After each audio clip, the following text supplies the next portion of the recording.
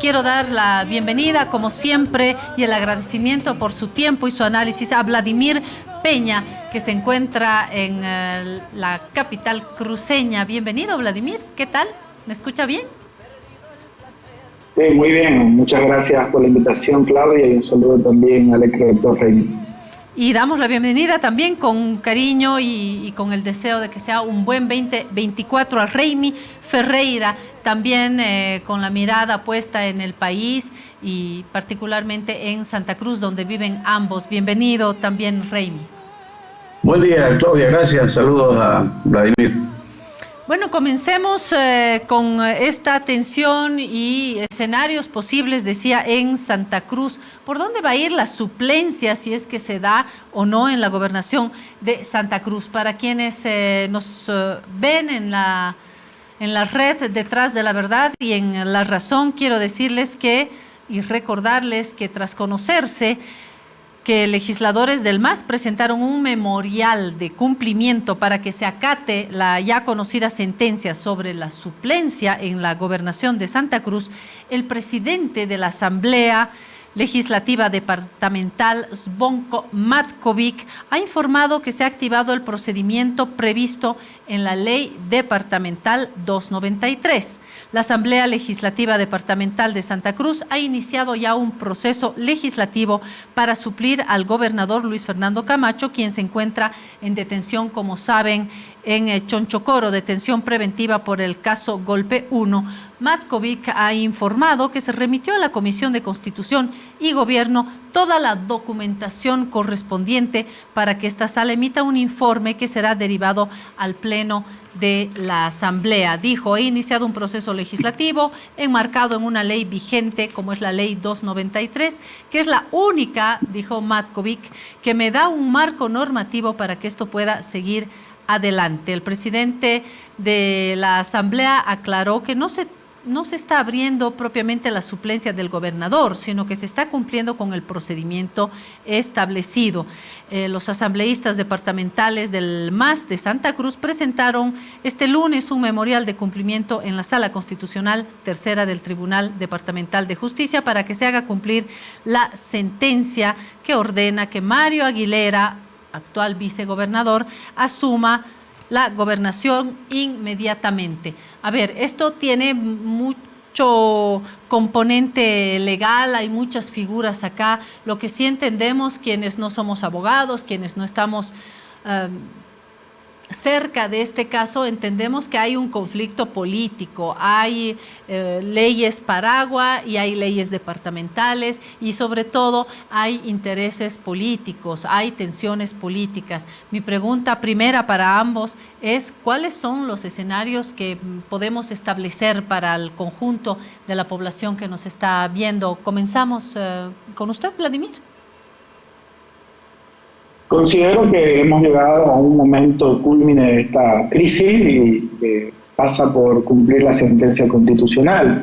Pero al margen del fallo constitucional también hay que ver una crisis política de larga data entre el gobernador y el vicegobernador, lo que ha dificultado que nuestra gobernación tenga estabilidad, normalidad y ha hecho que se vuelva caótica e ineficiente.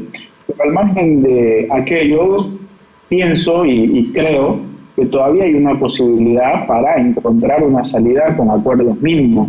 Es imposible ya establecer una relación plena entre el gobernador y el vicegobernador, pero hay todavía margen y siempre la política debería tener aquello para encontrar una salida de acuerdos mínimos, porque entiendo que la suplencia que debe asumir el señor Aguilera está dentro del mandato del señor Camacho. Entonces, están condenados a entenderse. La otra es la salida por el desastre, seguir con esto, los memoriales en los tribunales, después los procesos y toda esa situación que agravaría la situación de ingobernabilidad en la gobernación, se trasladaría la inestabilidad a la Asamblea Legislativa, se crearía un tremendo precedente donde los fallos de la justicia se votan en los parlamentos.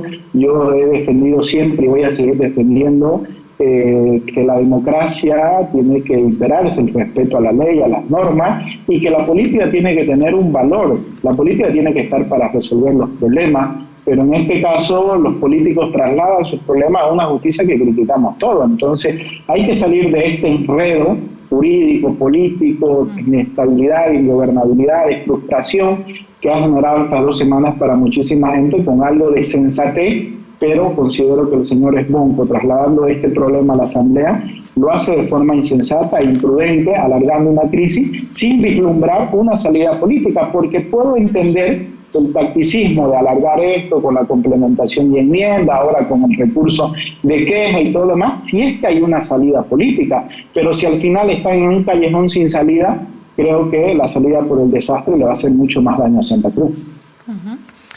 Raimi, de acuerdo con esto, estoy, entre paréntesis, estoy recordando un diálogo también con Adriana Salvatierra, Vladimir, si usted recuerda, donde también habíamos llegado a esa preliminar conclusión de que tiene que haber un diálogo político. Raimi, amaneció hoy más bien pesimista, optimista. ¿Qué se siente en Santa Cruz en estos momentos? No, la verdad es que no había pensado porque no ha cambiado nada, ¿no? No ha cambiado nada respecto a ayer, la intransigencia sigue siendo la misma, hay más bien señales de que esto se puede agravar. Como usted mencionó al comienzo, hay una acción de cumplimiento, si no me equivoco, si se presentó o se va a presentar por parte de la bancada del MAS, de la Asamblea Legislativa, que piden el cumplimiento de un fallo del Tribunal Constitucional. Yo creo que el tema es político. Si el gobernador y el vicegobernador estuvieran en buenas migas, estuvieran en buenas relaciones, este problema no se haya generado. Se ha dado cumplimiento al estatuto, porque en realidad, más que cumplir una sentencia del Tribunal Constitucional, lo que hay que hacer es cumplir el estatuto autonómico, que fue votado en un referéndum, que tuvo tantos cuestionamientos y tanto apoyo y que fue motivo en su momento de tensión, pero que finalmente es nuestro estatuto. Y un estatuto que ha sido refrendado por el Tribunal Constitucional y aprobado mediante voto. Por lo tanto, el estatuto es muy claro. Si es que no hubiera habido una diferencia entre Camacho y entre Aguilera, se haya cumplido el estatuto como debe ser. Pero ocurre que desde hace mucho tiempo, antes incluso que detengan a Camacho, ya había una diferencia al extremo, que el gobernador... Raimi, ¿qué dice el estatuto? Sí. ¿A qué hay que remitirse? ¿Qué es lo que nos dice el estatuto autonómico? El Estatuto Autonómico dice en su artículo 25 de que cuando el gobernador no esté, hay lo que se llama la suplencia gubernamental, que es el vicegobernador. Y cuando no está ninguno de los dos, ya viene lo que es la suplencia temporal, que es la que eligen un asambleísta. Y eso es lo que debe hacer. No necesita eso mayor complicación. Quien esté impedido de ejercer por algún motivo tiene que ser sustituido. Si hubiera habido un buen entendimiento, no había habido problema. Pero ¿qué pasa? Si ustedes recuerdan, antes de todo esto, Camacho firmó una resolución, un decreto prefectural, nombrando, ¿no?, endosando su cargo a un director, por sobre el estatuto. Y eso fue lo que le ha generado un juicio, una resolución contraria a la Constitución y las leyes. Mire usted, hace muchos años, hace mucho tiempo antes de esto, Camacho firmó un documento en el que él decía que en caso de ausencia quien lo va a representar y va a asumir su autoridad es un director. Imagínense semejante transgresión al estatuto. Eso es lo que está ocurriendo ahora. Entonces, ahora que se tiene que cumplir el estatuto, le han dado un montón de vueltas y todo esto se origina en gran medida por una decisión imprudente, inconstitucional del Tribunal de Garantía. El Tribunal de Garantía, por salirse, porque me imagino que ha estado presionado, les dijo que hagan un estatuto, que reglamenten eso bien. Fue una forma de lavarse las manos. Y obviamente el Tribunal Constitucional, viendo que fue una decisión espúrea, no la convalidó y obliga a que se cumpla el estatuto. Y le ordena al presidente de la Asamblea Legislativa que asuma. Pero lo más chistoso es que se sacó una ley, ¿no?, interpretativa del estatuto 3 meses después de que esté el gobernador impedido de ejercer la gobernación. Ese es el intríngulis en el que nos ha metido una diferencia política. Debería haberse solucionado políticamente, y es más en lo que se debería hacer. Hoy creo que se podría hablar entre los dos bandos, entre los de Camacho y los de Aguilera, y llegar a un acuerdo. Porque lo que está haciendo es darle posibilidad que un tercero, que es el MAS, sea el que vaya a ser de árbitro, y eso es lo que me imagino ninguno de los dos quisiera. Pero eso es lo que están empezando a a dirigir la situación. Realmente no piensan ni en su proyecto político, mucho menos en Santa Cruz, y tampoco piensan en la gobernación. Vladimir, por esto que han dicho ambos, queda evidente que hay un taladro de la institucionalidad en Santa Cruz, y me animo a decir que no solamente en Santa Cruz, pero hoy estamos hablando de este conflicto cruceño. Cuando no se respeta la institucionalidad, se puede caer fácilmente en una solución por el desastre, ¿no? En una salida por el desastre, como decía Vladimir en su primera intervención. ¿Esto puede acarrear hasta qué extremos? ¿Hasta qué extremos puede este conflicto acarrear el desorden, Vladimir? ¿Se imagina algún escenario diferente de esto? Las últimas dos declaraciones del gobernador Camacho, me refiero a la última carta y lo que ha dicho ayer en medio de una audiencia de los procesos que le siguen, es una camisa de fuerza para el presidente de la Asamblea, para Esbonco, ¿no? Tanto cariño, tanto afecto, tanto halago es para evitar que Esbonco dé un margen ante una situación tomada, que es ir hasta el final, resistir el cumplimiento del fallo y aferrarse a la ley 293. Entonces eso de alguna manera deja al presidente de la Asamblea sin margen de maniobra dentro de la Asamblea Legislativa. Y por el otro lado, la acusación de Camacho ayer de que se han vendido el vicegobernador, los diputados, los asambleístas, nombrar al exgobernador Costas también, como parte de recordar un poco las acusaciones que hacía Camacho en 2019-2020 de vendidos y traidores de esta forma, ¿no? Poco democrática, por decirlo coloquialmente, que tiene él, de trasladar sus desventuras a otros, ¿no? Y eso tiene una repercusión en la Asamblea, porque en el hipotético caso que se llegara, que es el camino que han escogido, a votar el fallo en la Asamblea Legislativa, si se cumple el fallo, pues es la disyuntiva, ¿no? O se cumple el fallo o se cumple la ley 293. Si se llegara a votar por los asambleístas, la composición de la Asamblea hoy es bien compleja.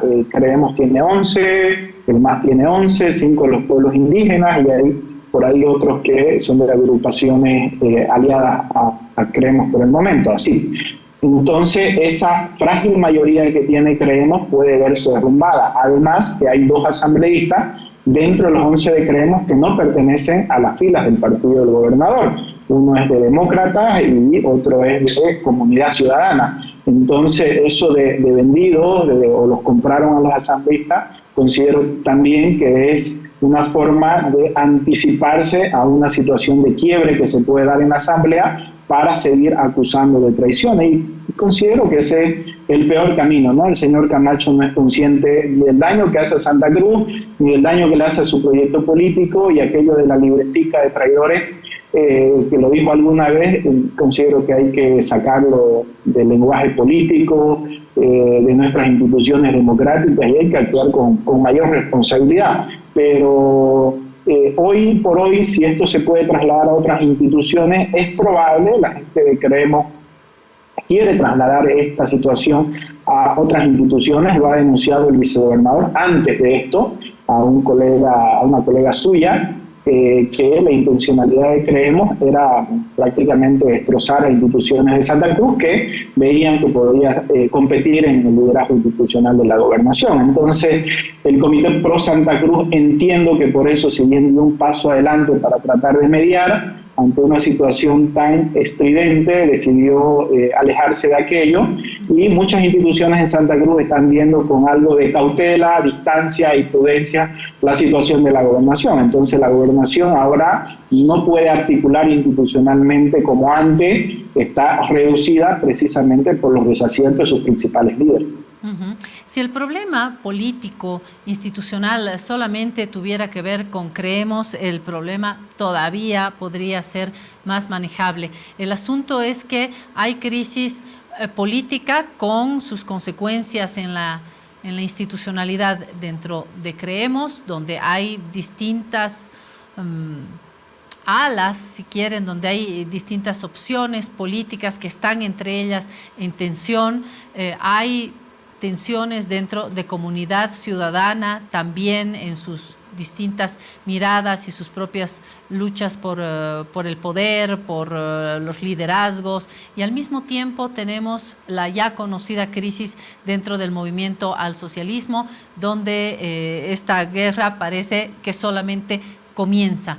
Entonces, teniendo guerra interna dentro del movimiento al socialismo, dejando la puerta abierta a que se abran fuerzas distintas, guerra interna o mínimamente tensiones dentro de comunidad ciudadana, y todo este zafarrancho, permítanme la palabra, dentro de Creemos también, nos dice que hay una crisis generalizada, no solamente Santa Cruz. Miremos estos otros anillos, y con una fecha de próximas elecciones que no hace sino acercarse, y en Bolivia sabemos que las campañas comienzan muy temprano.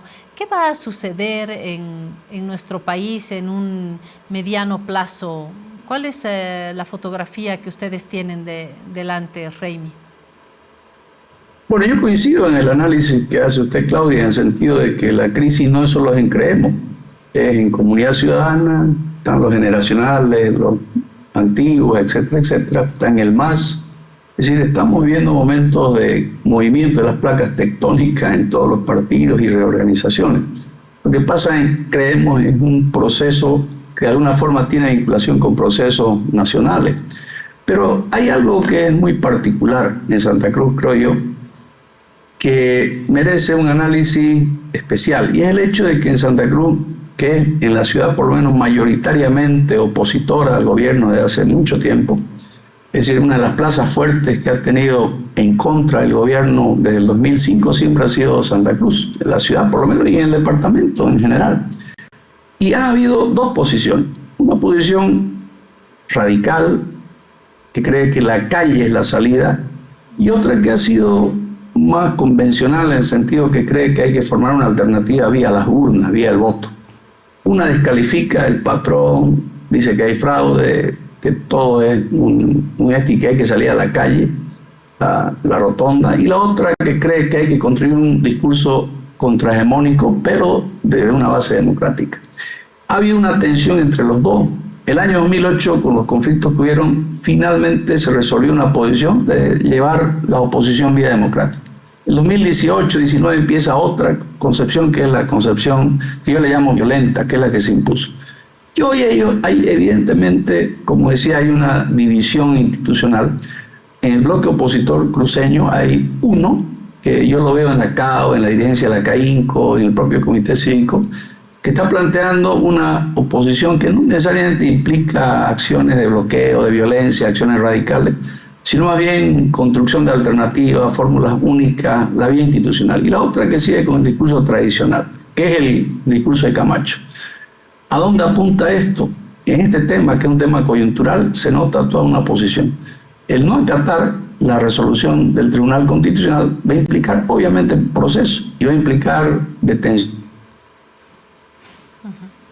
Va a ser procesada seguramente, y eso lo que va a generar es confrontación. Entonces son dos discursos que en este caso están en confrontación, y eso no creo que le haga bien los temas, las visiones que pueden tener un tema de ellos, pero no le hace bien a nuestro departamento.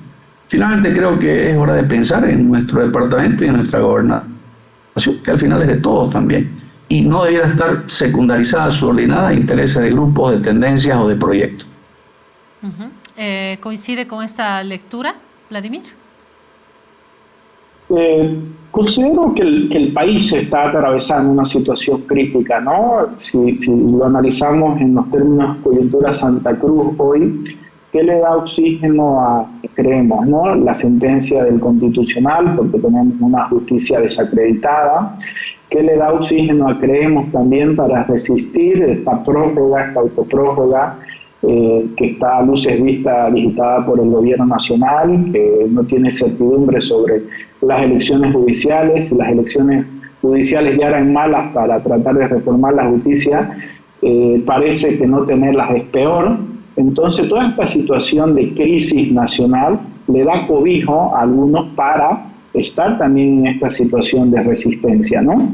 Veo la culminación de un ciclo en términos generales, sacando a sectores particulares, de un modelo de confrontación, ¿no? Y lo demuestran Evo y Camacho ahora gráficamente.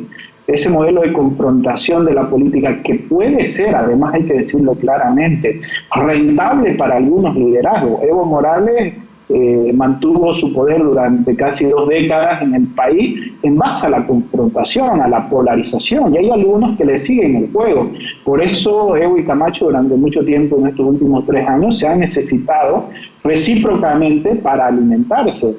Pero yo veo que la gente se ha cansado, se ha hastiado ya de esta política que no es fructífera para el país, de esta política que se vuelve al final intrascendente hoy, cuando además la economía es uno de los mayores problemas, de mayores preocupaciones de la gente, cuando la incertidumbre sobre el futuro nuevamente acecha a la familia, cuando tenemos carencia de servicios esenciales, de productos básicos, cuando vemos la institucionalidad que cada vez se despedaza más, la corrupción. Entonces, tantos males y males que se han ido acumulando en el país, que no se resuelven, que se postergan con esta cultura de la trampa, ¿no? De lo que decía García Linera en su momento, las trampas envolventes. Evo, le meto nomás, o el ministro de Justicia ahora, o el gobierno Arce con más sutileza, pero al final es lo mismo, utilizar las instituciones del Estado para amordazar al Parlamento, para que no fiscalicen,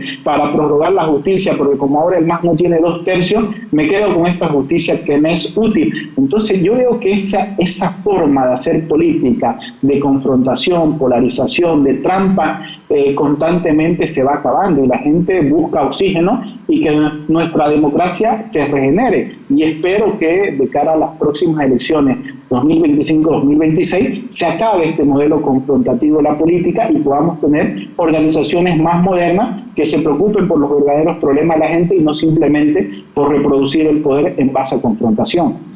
Es interesante, Vladimir.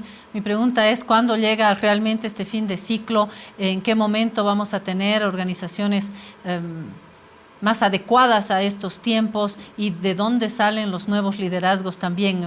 Me es difícil imaginarme un nuevo ciclo más a la altura de este país, y no solamente de Santa Cruz, sino del conjunto del país. Raimi, para cerrar, fin de ciclo en Bolivia.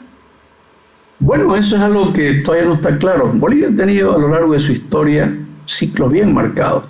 De 1825 a 1880 fue un ciclo mercantilista con un control importante del Estado.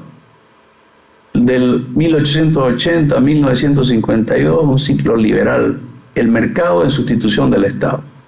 Del 52 al 85 hemos tenido un proceso del Estado nuevamente, un Estado interventor, que hasta fijaba los precios de las papas en el mercado.